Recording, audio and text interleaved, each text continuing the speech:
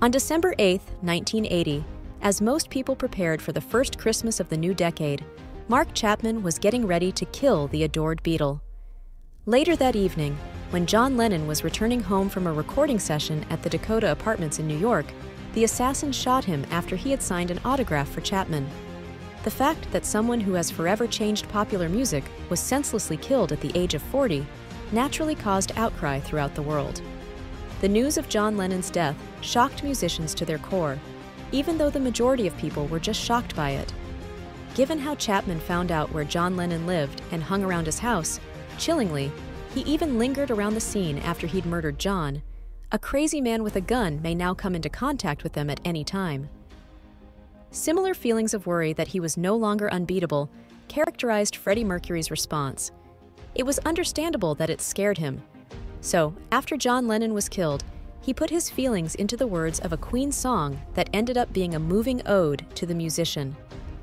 The song, Life is Real, Song for Lennon, was included on Queen's 10th studio album, Hot Space, in 1982.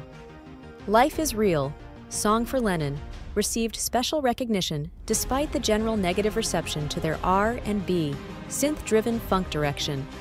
John's compositional technique is mirrored by Freddie in this reflective ballad, which, if Freddie's voice weren't so unique, may even sound like one of the Imagine singer's own compositions. The song doesn't concentrate on Freddie's personal anxieties, even though he was terrified after the terrible death of one of the greatest musicians of all time. As an alternative, they explain how Freddie realized that John Lennon was gone permanently and that he would never return. It demonstrated, despite the fact that Freddie had never met John in person, the influence that John Lennon and his music had on others. In an exceptionally uncommon method of working for the venerable rock group, Mercury even penned the song's lyrics before Brian May, Roger Taylor, and John Deacon collaborated on the music. The intention behind the chorus, Life is Real, was to mimic John Lennon's line from the same titled song that he penned while he was a member of the Beatles, Love is Real. I just feel that I'm not equipped enough to do certain things that John Lennon did, and I don't think anybody should, Freddie later said in an interview, paying the ultimate homage to a legend lost too young.